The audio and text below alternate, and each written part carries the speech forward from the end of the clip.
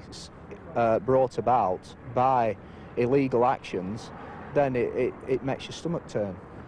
When the case is finally over, the Ministry of Defence plans to conduct its own detailed investigation into the whole case.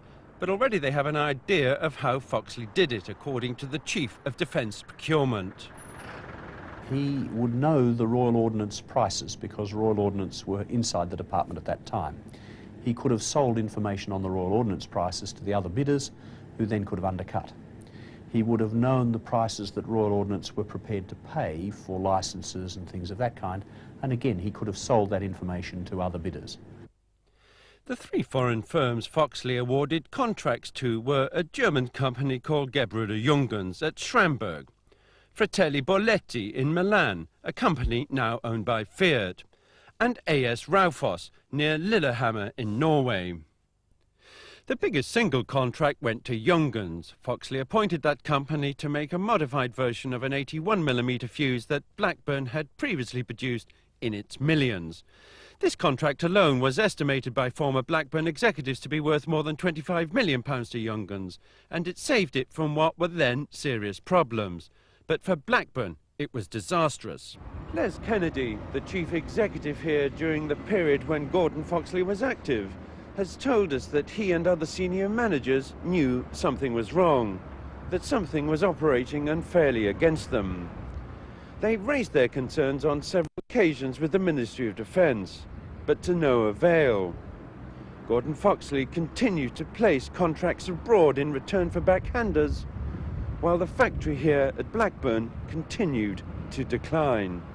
Royal Ordnance could not understand, neither could our members, what the hell was happening. They kept raising this with the MOD, and yet no one in the MOD was able to put together, on the one hand, that contracts were being lost in the most peculiar of circumstances. They clearly said, something's terribly wrong here. Does that not concern you? That would concern me enormously.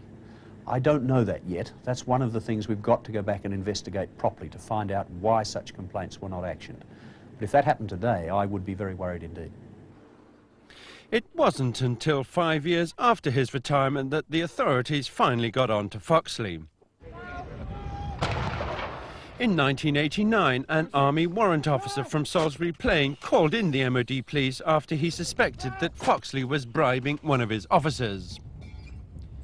This led to raids on Foxley's house, from which documents were recovered. They indicated that Foxley had taken bribes whilst at the MOD.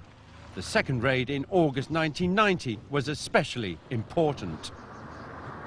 During the search of the house, his wife was observed to put some documentation inside a wall cavity. This documentation was taken into police possession and proved to be a major part in the overall jigsaw of the investigation. At exactly the same time as this raid, the MOD police also raided the Henley offices of Paul Foxley, one of Gordon Foxley's 7 children. They discovered a secret store under a stair containing documents. The documents revealed information about 4 or 5 Swiss bank accounts. It was vitally important. But Paul Foxley grabbed the bag into which the police had put the documents. He rushed out onto the street, having locked the door behind him. One of the police jumped out of this window, but it was too late. Paul drove to Badgemore farmhouse in Henley, where he claims he burnt the documents, an action that resulted in him being sent in 1991 to prison for 6 months for perverting the course of justice. But if this operation ended in the destruction of vital evidence, then another raid at around this time on the Jungens factory in Germany proved much more successful. It revealed that Foxley was obtaining money from young hands in return for information and influence in contracts. The haul of documents from Jungens also showed that Foxley was telling the Germans what to say to police questioning. He was suggesting what sort of answers that they should give to the police if they asked any questions in regards to his relationship with that company and whether or not any monies had been paid or received. He was basically writing their script. At his trial at Snaresbrook Crown Court last autumn, Foxley was convicted solely on documentary evidence. The police investigation, which was carried out principally by Detective Sergeant Colin Rogers on the left here, involved a giant paper trail. It traced how much money had been paid to Foxley via Swiss bank accounts and then established how he had laundered the money through an elaborate network of companies he had set up, which also involved Guernsey and the Channel Islands and post office box numbers in Britain. He had a tremendous complex web where he would move his finances throughout Europe back into the UK. A tremendous system of concealment through intermediaries and through various financial institutions. The police got no help from the Swiss authorities, a fact Gordon Foxley seemed to be relying on, as this letter to him from his Swiss partner made only too clear.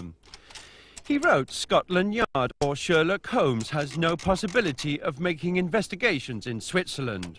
As a result of this, he said, "Nobody can bring the proof that you have received a penny from Schramberg, so you can sleep like a top."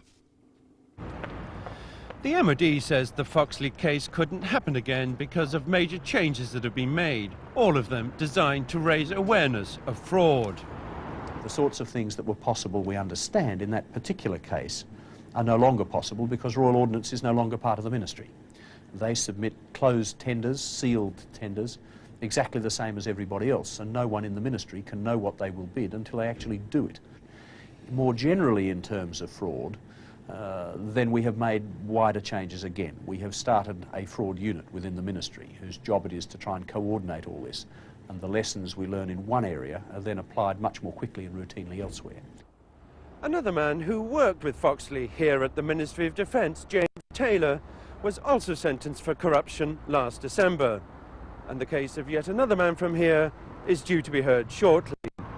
The MOD has told us that after Foxley is sentenced, and that could still be a few months yet, then they plan to hold their own detailed investigation into the case. Perhaps the most important single thing they can discover is whether the case of Foxley was just a one-off, or whether he was part of corruption that was more systematic. Robert Parker, Channel 4 News, at the Ministry of Defence.